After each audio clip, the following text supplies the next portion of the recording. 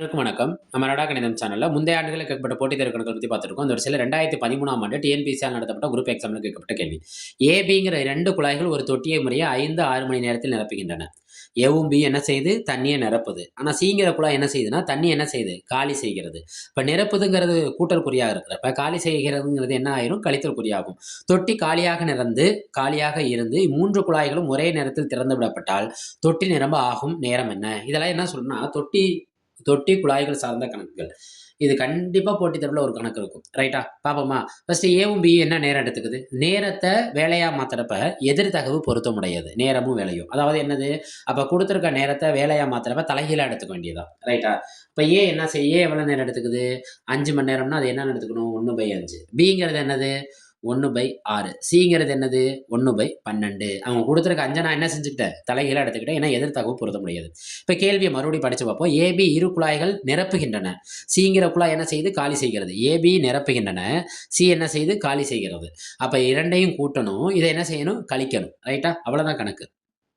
அப்போ 1/5, 1/6 இது 2யும் கூட்டணும். இது என்ன செய்கிறதுன்னு சொல்லியிருக்காங்க? காலி செய்கிறது. அப்போ 1/12.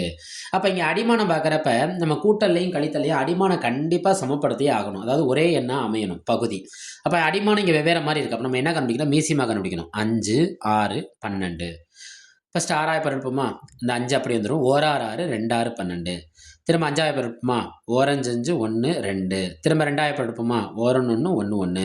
இந்த மீசிமா கண்டுபிடிக்கிறது அடிப்பகுதிங்கிறது 1 1 வர வரைக்கும் நம்ம மீசிமா கண்டுபிடிக்கணும். கண்டுபிடிச்சு முடிச்சிட்டோமா? இப்ப பெருக்குமா? I2 10, பைத்தாறு 60. அப்ப நம்ம சமப்படுத்தப்பட வேண்டிய நம்பர் என்ன?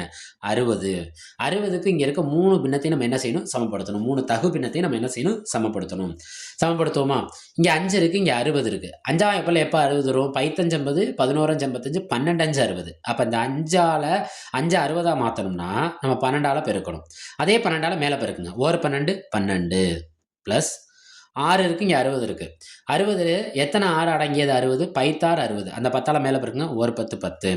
இங்க 60 இருக்கு, இங்க என்ன இருக்கு? 12 இருக்கு. எத்தனை 12 சேர்ந்தா 60 கிடைக்கும்? 5 12 60. அந்த 5ஆல மேல பெருக்குங்க. 1 5 5.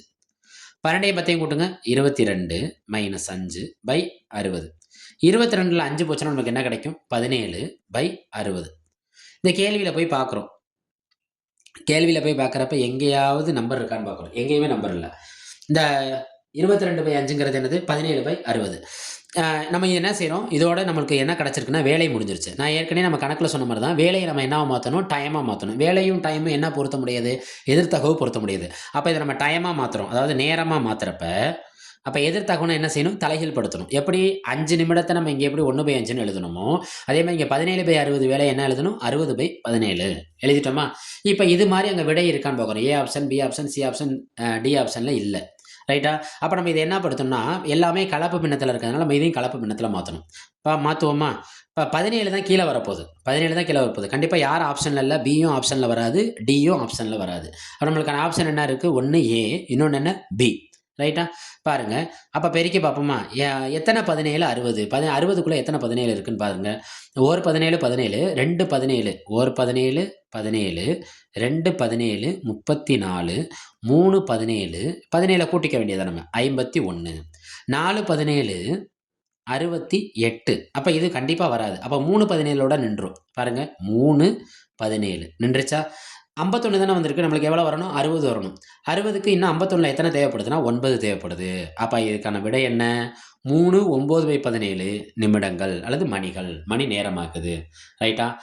நம்ம குடுத்திருக்க ஆப்ஷன்ல இருந்து நம்ம கண்டுபிடிச்சுட்டோம். ரைட்.